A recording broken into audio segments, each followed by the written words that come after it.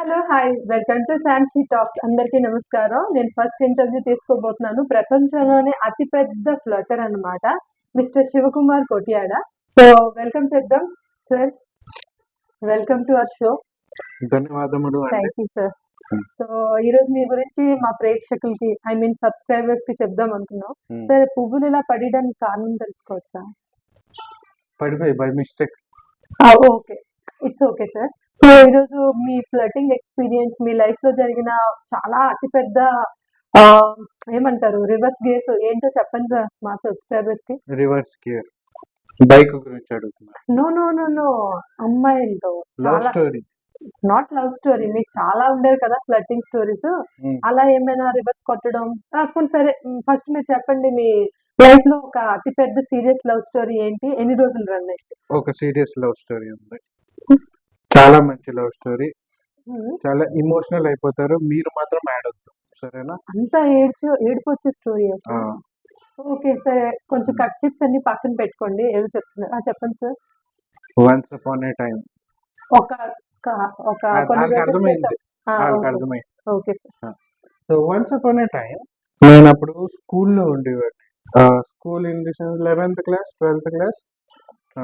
అక్కడ నా love story start అయింది. ఒక అమ్మాయి ఉంది, బెంగాలీ అమ్మాయి. పేరు ఇప్పుడు చెప్పకూడదు. మళ్ళీ అమ్మాయి నాకు కాల్ చేసి మళ్ళీ ఎమోషనల్ అయ్యి అవన్నీ వద్దులే ఇప్పుడు. కానీ ఓకే. ఓ బెంగాలీ అమ్మాయి. ఓకే. అయితే ఒక రోజు నేను ప్రపోజ్ చేశాను. మంచోడిని కదా నేను, అందుకే.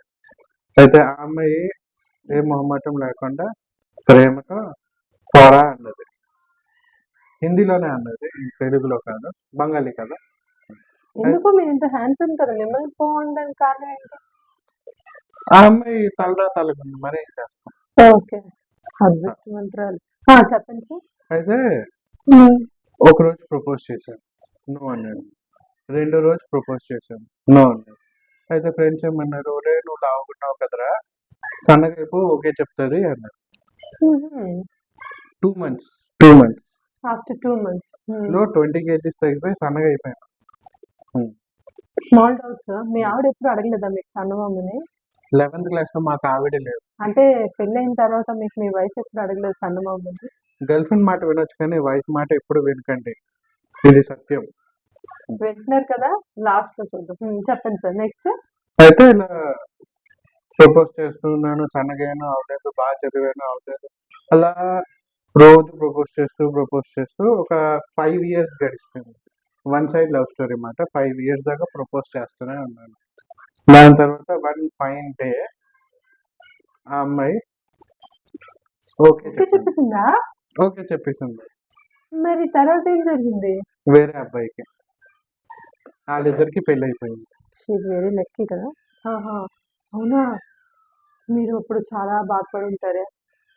सपना टूटा है तो दिल कभी चलता है, थोड़ा दर्द हुआ पर चलता है. ఏం సార్ ఇది? ఇది లైన్ మంచి ఎమోషనల్ పాట. మీరు ఇప్పుడు ఎందుకు ఏడుస్తున్నట్టున్నారు? మీ కళ్ళల్లో ఆ వాటర్ ఎందుకు వస్తుంది? ఎమోషనల్ కదా, ప్రేక్షకులు కూడా ఏడుస్తున్నారు కదండి. అసలు కాదండి. అయితే తర్వాత ఏమైంది సార్? తర్వాత అక్కడ నుండి మీ ప్రయాణం స్టార్ట్ అయింది. మా ఏరియాలోకి ఐశ్వర్య వచ్చింది. ఈ డైలాగ్ మేము చాలా విన్నాం కానీ నెక్స్ట్ ఏమైంది సార్? నెక్స్ట్ సార్ నాకు మొన్న ఒక స్టోరీ మీ గురించి తెలిసింది. మీరు ఎవరో ఒక అమ్మాయి పేరు చెప్పేస్తా పర్లేదు, చాలా మంది ఉన్నారు కాబట్టి. నేను అని అమ్మాయికి 1 year కంటిన్యూగా ఫోన్ లో మాట్లాడుకునే వాళ్ళంట కదా. ఆ తర్వాత ఆ అమ్మాయి వైజాగ్ వచ్చింది. మీరు కూడా చాలా రెడీ అయ్యారంటే, అంటే మీ గురించి ఎంక్వైరీ చేసినప్పుడు బ్యాక్గ్రౌండ్ లో తెలిసింది. మీరు కూడా చాలా హ్యాండ్సమ్ గా రెడీ అయ్యి స్టేషన్ కి వెళ్ళారంట. 2 కేజీల స్వీట్స్ తన కోసం అన్ని తెలుసుకున్నారు, బాగా తెలుసుకున్నారు. అదే అవన్నీ తీసుకొని స్టేషన్ కి వెళ్ళారంట. కానీ మీరు ఇక్కడ తప్పు చెప్తున్నారు. యాంకర్ అయ్యండి, తప్పు చెప్పకూడదు. ఓ సారీ సార్. 2 kg కాదు, 1 kg స్వీట్ అండి. ఓకే. స్వీట్ గిఫ్ట్స్ ఏవో తీసుకుని వెళ్ళారంట అమ్మాయిని ఫస్ట్ టైం కలడానికి. సో అక్కడ మరి ఏమైంది సార్? అమ్మాయి ఆ రోజు నుండి మీకు బ్లాక్ చేస్తుందంట. ఆ రోజు కాదు, వెళ్ళాము, కలిసాము. అమ్మాయికి నేను నచ్చాను, నాకు అమ్మాయి నచ్చింది. దాని తర్వాత ఆ నెక్స్ట్ డే అమ్మాయి మొబైల్ పాడైపోయిందేమో, కాల్ చేసినా అవ్వలేదు, అంతే. ఇండైరెక్ట్‌గా బ్లాక్ చేసి పడేసిందా? ఓకే. అయితే అప్పుడు మీకు ఏదో అన్నారా? అంటే అమ్మాయి మొబైల్ ఇప్పటికి బాగా అవ్వలేదా? ఇంకా పాపం పేద అమ్మాయి, మొబైల్ కొనుక్కోలేదు. అదేంటి సార్ అమ్మాయికి రైల్వేలో జాబ్ వచ్చిందని అన్నారు, రైల్వే ఇంజనీర్ అంట కదా అమ్మాయి. అంటే మాకు మా బ్యాక్ ఎండ్ టీం చెప్పారు. అప్పుడు కలిసినప్పుడు పేదమ్మాయి. కాదు సార్, జాబ్ వచ్చిందంటే మీకు కళ్ళడానికి వచ్చారంట కదా, ఇఫ్ ఐఎమ్ నాట్ రాంగ్.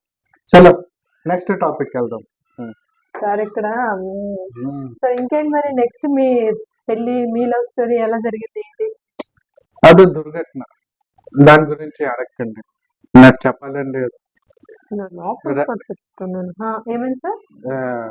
అడగండి. అదే ఏదో అంటున్నారు కదా. ఏదో ర్యాపిడ్ ఫైర్ అంటున్నారు, చెప్పండి. సరే, మీ ఆవిడకి ఇష్టమైన కలర్ ఏంటి సార్? మా ఆవిడకి ఇష్టమైన కలర్, మీకు ర్యాపిడ్ ఫైర్ చేయబోతున్నాను మా షోలో, అదో పార్ట్ ఆఫ్ క్వశ్చన్. సో చెప్పండి సార్, మీరు వెంటనే ఆన్సర్ ఇవ్వాలి, సో లేట్ చేయకూడదు సార్. సో నేను స్టార్ట్ చేస్తున్నాను. మీరు ఎన్ని ఇయర్స్ అప్పుడు లవ్ లో పడ్డారు? నేనా 12 ఇయర్స్. ఓకే. సో మీ ఫస్ట్ లవ్ పేరేంటి? సునీత. మీ సెకండ్ లవ్ పేరేంటి? మనీషా. మీ థర్డ్ లవ్ పేరేంటి? ఏదో ఒక ఇదే క్వశ్చన్లు అడుగుతారు ఏంటి, నెక్స్ట్ క్వశ్చన్ అడగండి. Okay. So sir first time మీరు బయటికి తీసుకెళ్లారన్నారు కదా, అమ్మాయి పేరేంటి? ఫస్ట్ టైమా అమ్మాయిని బయటికి తీసుకెళ్ళానా తిన్నాక?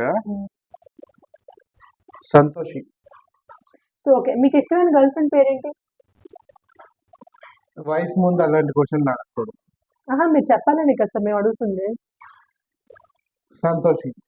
ఒకవేళ మీ సంతోషి మీ లైఫ్ లో లేకపోయింటే నెక్స్ట్ ఆప్షన్ మీకు ఎవరు? నాకెవరు వద్దు, నేను హ్యాపీగా ఉండాలని కోరుకుంటున్నాను. ఓకే. సో ఇప్పుడు మీ మ్యారేజ్ లైఫ్ ఎలా ఉంది సార్? మా వైఫ్ పక్కనే ఉంది కాబట్టి బాగుంది. ఒకవేళ లేకపోతే సార్? చండాలంగా ఉంది.